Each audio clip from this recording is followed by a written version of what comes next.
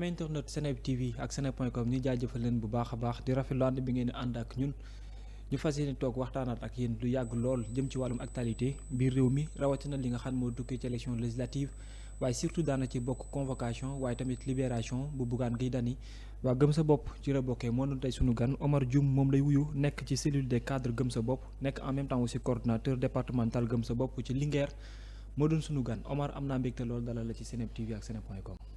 waaw maa ngi lay fay di nuyu téléspectateur Seneweb yëpp. di nuyu aussi waa gëm sa bopp ñi nga xam ne ñoo ma permettre ma ñëw fii. di nuyu aussi Jolof gi nga xam ne fa laa bokk. waaw Linguère. Linguère alors Omar gis nga dañuy njëkkee ci situation seen leader mouvement gëm sa bopp les jàmbaar de Bougane Gueye Dany su une convocation le lendemain une libération lan la ñu mën a jàpp ci tënk ñëwal li nga xam moo di convocation bi mais surtout déroulement ce qui s'est passé ak audition bi ak yooyu. waaw comme li ñëpp constaté c'était juste de l'intimidation. Peut-être le régime en place voulait faire taire le président Bougane Gueye Dany parce qu'il dérange. li ñu mën a waxaat aussi que il n'est pas le seul parce qu'on a vu aussi la convocation de notre frère Kader et du journaliste Cheikh Yérim Seck.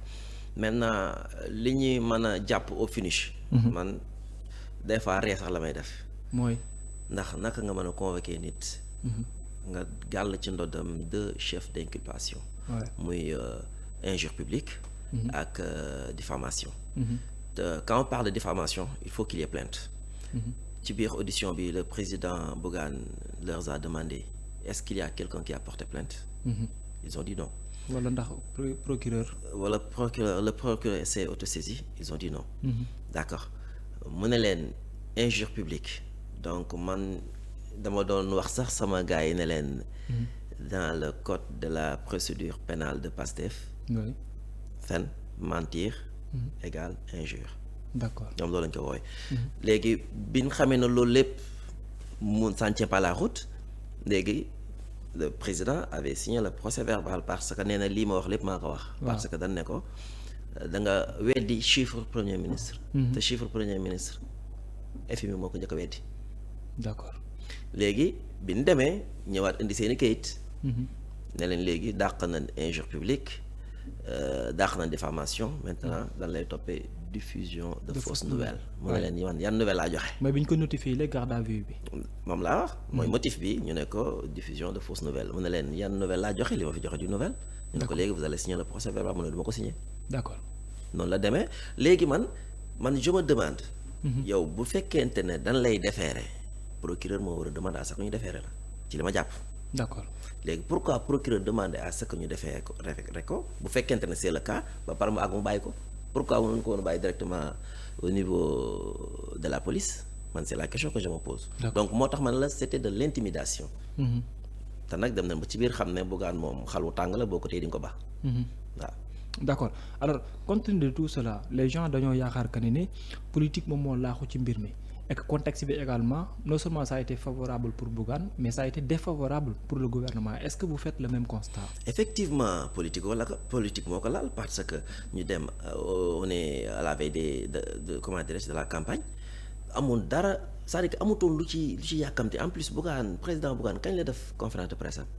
c'est la 2 semaines 3 semaines lu tax ñu bàyyi ba tey ñu koy convoquer ça n'a pas de sens. D'accord donc le constat est le même. le constat aussi est général.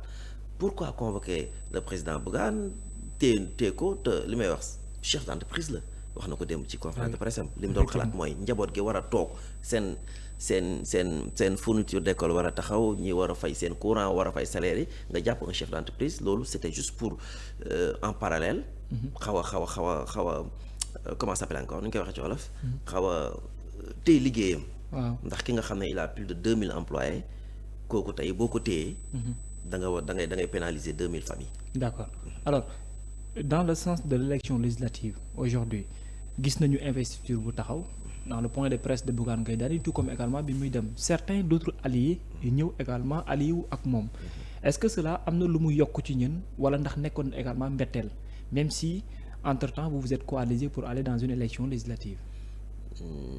ndax am nañ mbetteel ci lan. ndax am ngeen ci mbetteel du fekk ngeen gis ñenn ci opposition bi aussi am taxawaay gu ñu am à l'égard de votre président. Non amuñu mbetteel parce que on a le même objectif c'est quoi? C'est de barrer la route à ce régime, c'est de tout faire pour que l'opposition puisse avoir une majorité à l'Assemblée nationale. Parce que vu le contexte actuel du pays, en 6 mois gis nañ ne lépp dafa taxaw. Donc si on donne la majorité à ces gens-là day gën a compliqué parce que ñoom sax ñoo ko waxoon. Dañuy am un gouvernement muy gouverner. ñu am une assemblée bi nga xam ne dafay contrôler l'action du gouvernement. te nguur boo ko joxee majorité. du am ku koy contrôler. donc day nekk ay députés yi nga xam ne députés c'est des députés du pouvoir. et non pas des députés du peuple. maintenant bu ñu amee en parallèle une assemblée bi nga xam ne moom la ñu bëgg a gis. Assemblée bi nga xam ne amul parparloo ñu am un gouvernement qui gouverne et une assemblée qui contrôle l'action du gouvernement. Vous avez été surpris du fait que Bougane après ñu déféré ko finalement il a été relaxé, le dossier classé sans suite, surtout libéré également aussi. Vous avez été surpris? Non, mooy li ma la wax si à l'entame de mes propos déféré Bougane loolu amutoon sax sens parce que li ma jàpp boog. sama xam c'est juste mon point de vue, c'est le procureur qui demande à ce que la personne soit déférée. léegi nag comment se fait-il que procureur demande à ce que la personne soit déférée alors que moom mu dem ba ko waroon naa demander ñu bàyyi ko foofu rek ndax après l'audition ñoom dañuy def procès verbal bi léegi dañuy xaar procureur loolu la commissaire bu wax. léegi procureur moom man bopp ci li ma jàpp si j'étais à sa place c'était pas la peine muy demander à ce que ñu indil ko ñu présenter ko te en plus mënuñu woon ko toppee dara mënuñu woon lu def lu dul classement sans suite ñu classé ko sans suite. Vous savez le pourquoi? Parce que le président Bougane n'a pas diffusé des nouvelles. Bañ koy toppee diffusion de fausses nouvelles. Le président Bougane a contredit Ousmane Sonko qui est le président de PASTEF. Il n'a pas contredit le Premier ministre. Mais là, c'est le Premier ministre qui parlait aussi. Dire que c'est le président de PASTEF aussi. Non, on sait que dans ce point de presse, c'était le Premier ministre qui parlait. D'autant plus que quand on parle de rapport, le Premier ministre moo war a génn wax. C'est la Cour des comptes moo war a génne des chiffres. D'accord. En plus, il y avait le ministre des Finances. Qui est un élément moteur de l'ancien régime, qui était le directeur de la programmation budgétaire, en l'occurrence Cheikh Diba, qui était absent. Donc, moom rek moo waroon a ñëw wax. Donc, Sonko n'avait pas à parler des chiffres, Sonko n'avait pas à se substituer de ce Cheikh Diba, Sonko n'est pas le ministre des Finances, Sonko n'est pas le procureur, n'est pas le commissaire de police, donc il est tout à la fois. C'est ce qu'on n'arrive pas à comprendre. Et d'ailleurs, c'est ce que le président a dit. Quand on lui a posé la question à savoir est-ce qu'il y a quelque chose entre Sonko et vous, il a dit lenn rek mooy sama problème ak moom muy dëgg tant que mi ngi wax dëgg doon am problème mais heure bu génnee wax lu weesu dëgg danaa ñëw rétablir la vérité. D'accord mooy seen problème ñoom ñaar. D'accord ñu ngi jëm ci élection législative gis ngeen coalisé démb ñu gis ko mel ni Abdoul Mbow nekkul mbetteel ci yéen Abdoul Mbow l'ancien régime ni ngeen meloon ak ñoom mu ñëw toog leeroog Bougane muy def point de presse. Non, je pense que cette année conférence de presse, le président l'a énuméré, il a dit que on n'est pas des ennemis, on est des adversaires. Président Bougane, képp ku ko contre dëgg tax nga contre ko. Il est constant, il est dans sa logique. Ñëpp xam ne le régime de Macky Sall, le président Bougane a joué un grand rôle. D'accord. Il n'a pas été investi, sa liste était recalée, malgré tout, il a battu campagne pour l'opposition lors des élections législatives. Et pourtant ñoom ñi fi nekk ak tey dañ doon saluer cette posture de Bougane. Benn bi ci topp mooy Bougane tëj nañ ay comptam président Bougane. Kan moo ko waral te du waa Pastef daf leen doon défendre ban tëj contre entreprise am ay employé am toog ne biñ fi nekk ba léegi ñu ne ça fait 10 ans qu'on est là, c'est la première fois ñu toog ba li 10 jotuñ suñu salaire. Ousmane Sonko bi mu fi nekkee gars yi barricade këram di ko mener la vie dure. Il ne voyait que le président Bougane. Bi wax jafe le président Bougane daan wax. Donc moo tax mu koy wax na ko Ousmane ñett xamul mais ñaar xam na yow vous savez pertinemment que man du ma ragal te ñoom ñaar Ousmane xam na lu tax Bougane ne ko du ragal. Maintenant nag des fois on dit que le pouvoir rend fou. te jàpp nga ne nguur gi foofu la toll. Non foofu la toll parce que dafay baax ñu rappeler une chose. Oui. Dans l'administration. On est dans un cas où on est exécutant est dans un cas où on est décisionnaire. Oui. Ousmane n'a jamais été dans le cas où il est décisionnaire. Il a été toujours un exécutant, y compris le président de la République. Donc ñu jékki-jékki mu am renversement de situation. ñëw dans un moment où yow tu es signataire. dafay compliqué booba nag il faut que tu sois entouré que des gens yi nga xam ne des gens qui s'y connaissent ñi xam la réalité des choses. yoo xam ne mën nañ leen xamalal lan mooy. effectivement mais malheureusement Ousmane pense tout savoir. te noonu c'est-à-dire qu'il est en train de gouverner comme il s'est opposé avec l'ancien régime. D'accord. Parce qu'actuellement on ne voit pas la différence de la personne de Ousmane en tant qu'opposant et la personne de Ousmane en tant que premier ministre. C'est ça qui dérange un peu. Parce qu'on a en face de nous un premier ministre très bavard. Au lieu de travailler, au lieu de proposer des solutions. Et la preuve, lors de sa conférence de presse, il y a une journaliste qui lui a posé la question à savoir que préconisez-vous pour sortir des Sénégalais de ce calvaire? Ménager vis-à-vis yokkute. Il n'était même pas en mesure de répondre parce que c'était la première fois que Ousmane di def conférence de presse et suñu benn point de presse je l'avais souligné mosu leen gis fu Ousmane dafay conférence de presse. Il faisait seulement que des points de presse, des déclarations et déclarations yooyu c'était en face de ses partisans.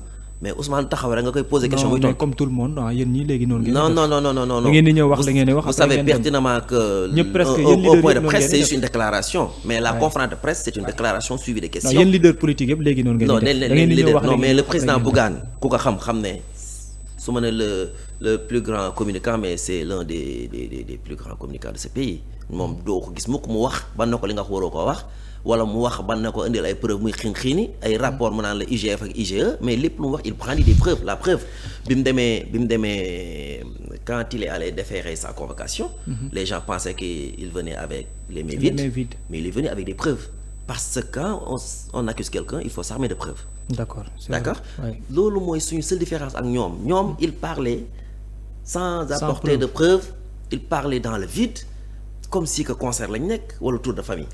ba lu leen ci fekk lañ ci ñoom heure bu leen convoqué rek soit c'était une accusation sans preuve c'était soit par diffamation soit injure sax mosu leen ko accusé et pourtant si bokkoon na ci li ñu wax Macky Sall la bokkoon na ci chef d'inculpation Ousmane Sonko avec dans l'affaire Mame Mbaye Niang injure publique li ñu wax Macky Sall la ci miim réew ñoom waxagul ko fi da nga ñu rey mbaa ñu rey la on va vous traîner dans la rue. wax na ko barki démb. non Bougane qu'est-ce qu'il a dit. nee na ko kay moom maa ngi yow ci réew mi. non c'est-à-dire que vous êtes des journalistes. il ne faut pas déformer les propos du président. parce que dëkk bi temps yi moom ñëpp xam na dañu koo xiif.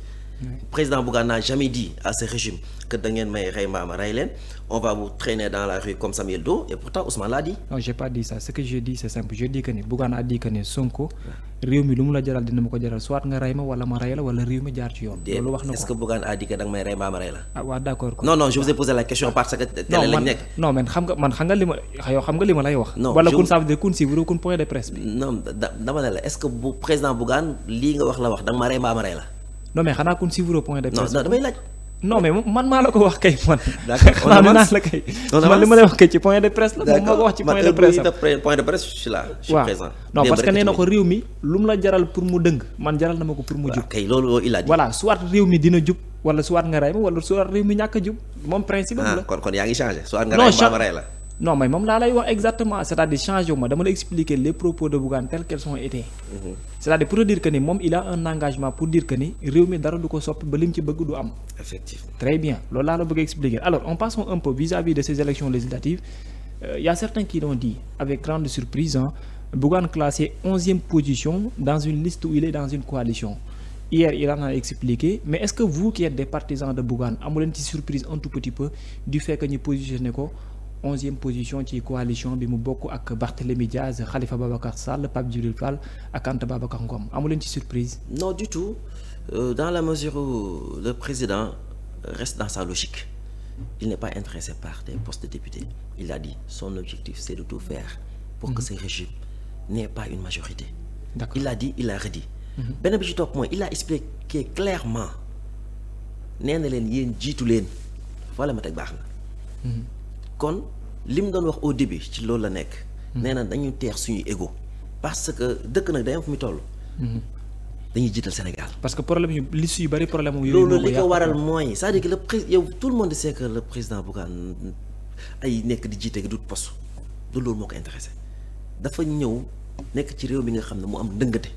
am lu gars yi doon woote ñu dem ba ci biir gars yi changer vitesse moom mën na leen gars yi leen. affaire bi nii lay doxee gars yi bañ loolu léegi nag mu nekk ci benn kuréel bi nga xam ne moo ko ay nawleem ñoo ko sekk. waay nit na da nga koy nawloo. xam lan nga koy nawloo. ne ko maak yow ñu boole ñu 100 francs coow li nar a bëri mën la teel 100 francs. teel 100 francs yi. l'essentiel mooy. xuloo bu mu am xeex ba nga parce que ñii le régime en place li ñu bëgg mooy fexe ba éclater cette coalition te nag li président Bougane wax c'est une coalition générationnelle. d'accord ils sont de la même génération ñoom ñoo ci nekk. coalition bi nga xam ne président Bougane mi ngi fi Barthélémy Dias a ngi ci. Thierno Bocoum a ngi ci Déthié Fall a ngi fi Pape Djibril Fall seen jigéen Anta Babacar Ngom. pur bu sëñ Moustapha Sy. donc ñooñu ñee xam na ne ak rythme bi gars yi jël. daf leen a bett ñu ne déet waaye nga ñëw indi intercoalition. waaye intercoalition waaw. te ñoom seeni coalition mi ngi tas ñoom le régime en place parce que Sonko leur a dit clairement que ku bëgg a dem da ngay la nga am donc ku am fulla ak fayda.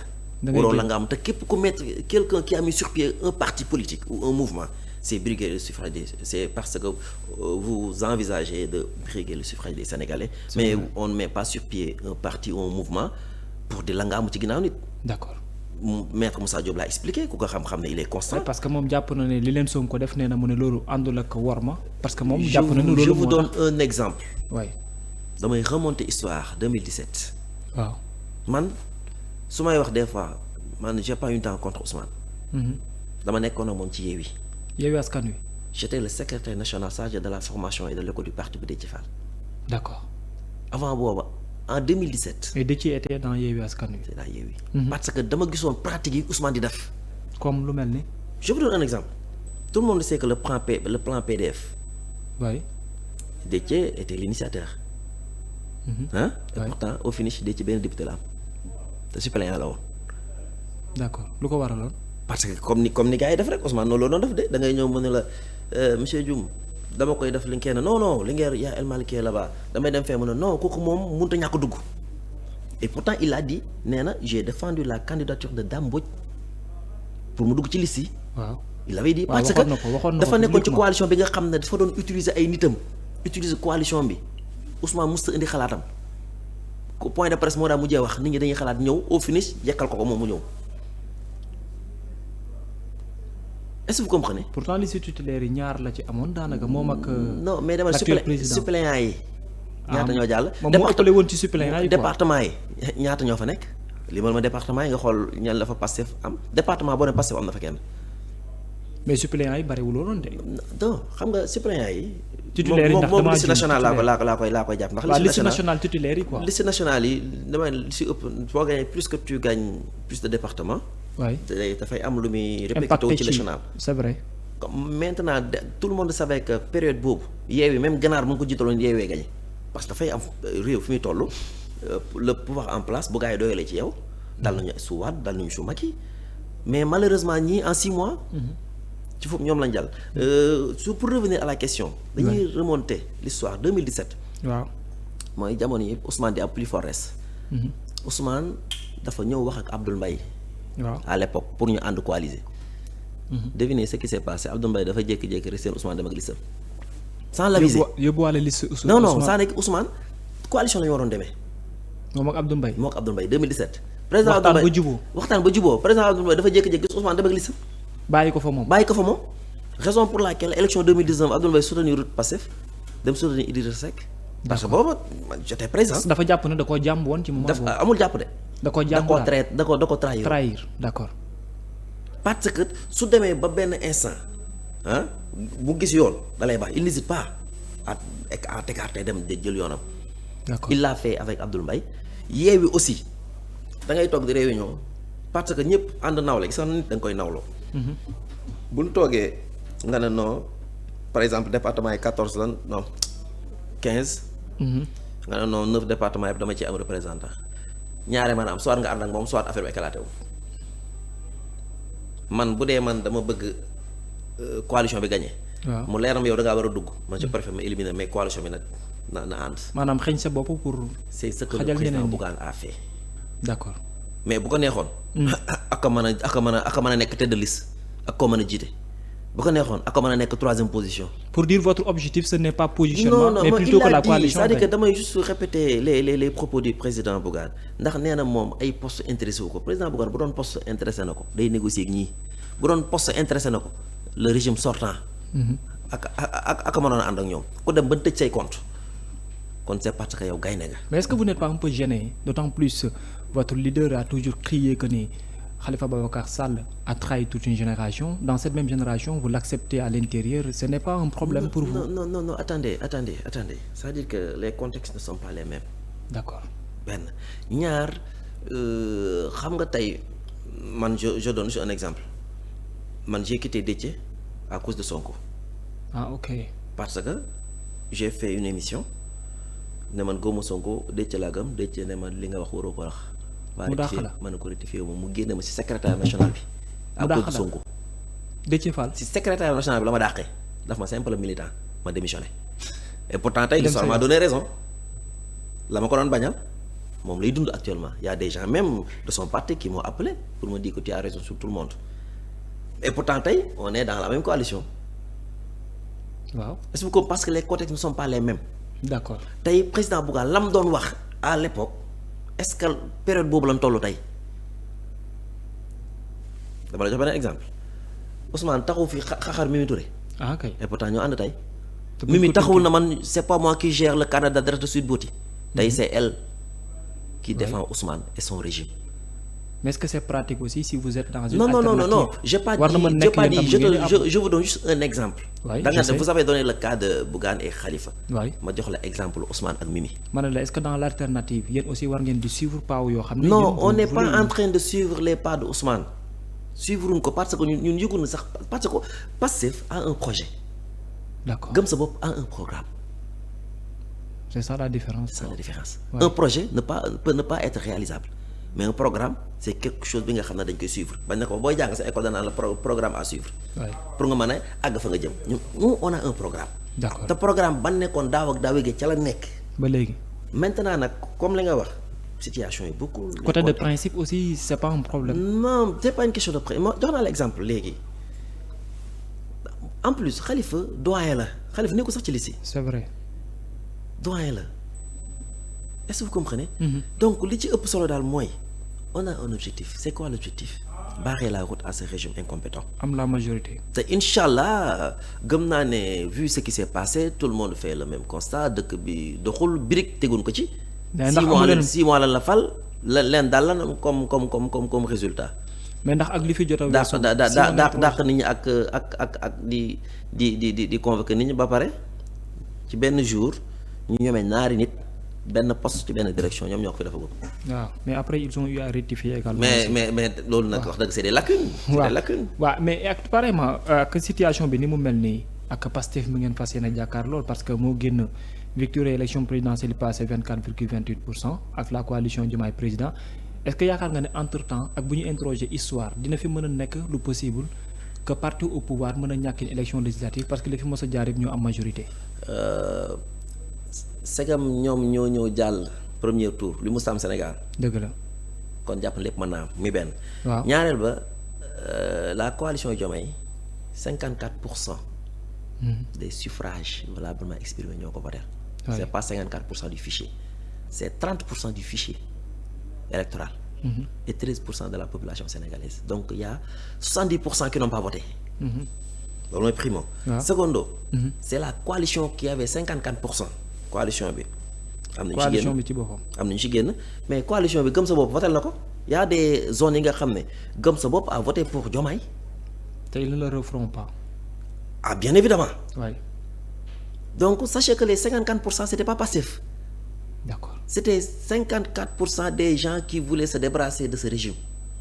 d'accord Il y a pas passif, il y a pas taxaw, il y a des gens, il y a des zones yi nga xam ne même pas gëm sa bopp, il y a des partis qui étaient recalés qui ont voté pour la coalition pour la Diomaye. coalition Diomaye. Maintenant ci diggante bi.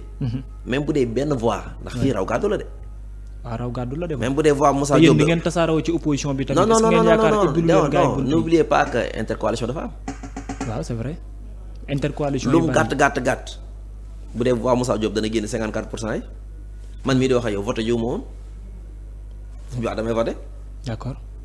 loolu mooy benn. ñaareel bi ñetteel bi. intercoalition la ku nekk fa nga ëpp doole yow la ñuy voté. waay dañ leen a wër ndomb. maintenant nag intercoalition. Sonko dafa am lu mu doon testé. xool ba xam boo waxee ñëpp dañuy ànd parce que gars yi dañuy topp ci gannaawam déet ba xam li mu doon diree li mu leen doon diree. ne les gens ont compris que ñii kii fi mu bëgg a jëm ak ñun jàmm ndox amu fa te ñëpp xam nañ ne boo interroger histoire. waaw un parti qui vient juste de s'installer. waaw Je donne un exemple. Pastef n'est pas majoritaire dans le pays. Il y a des zones tur wee fi nekk rek yaa fa nekk na maa fa nekk Pastef. léegi pour que Pastef puisse avoir benn majorité dans le pays. waaw. il faut que am ñu jiggi si yenn parti ñëw ci moom.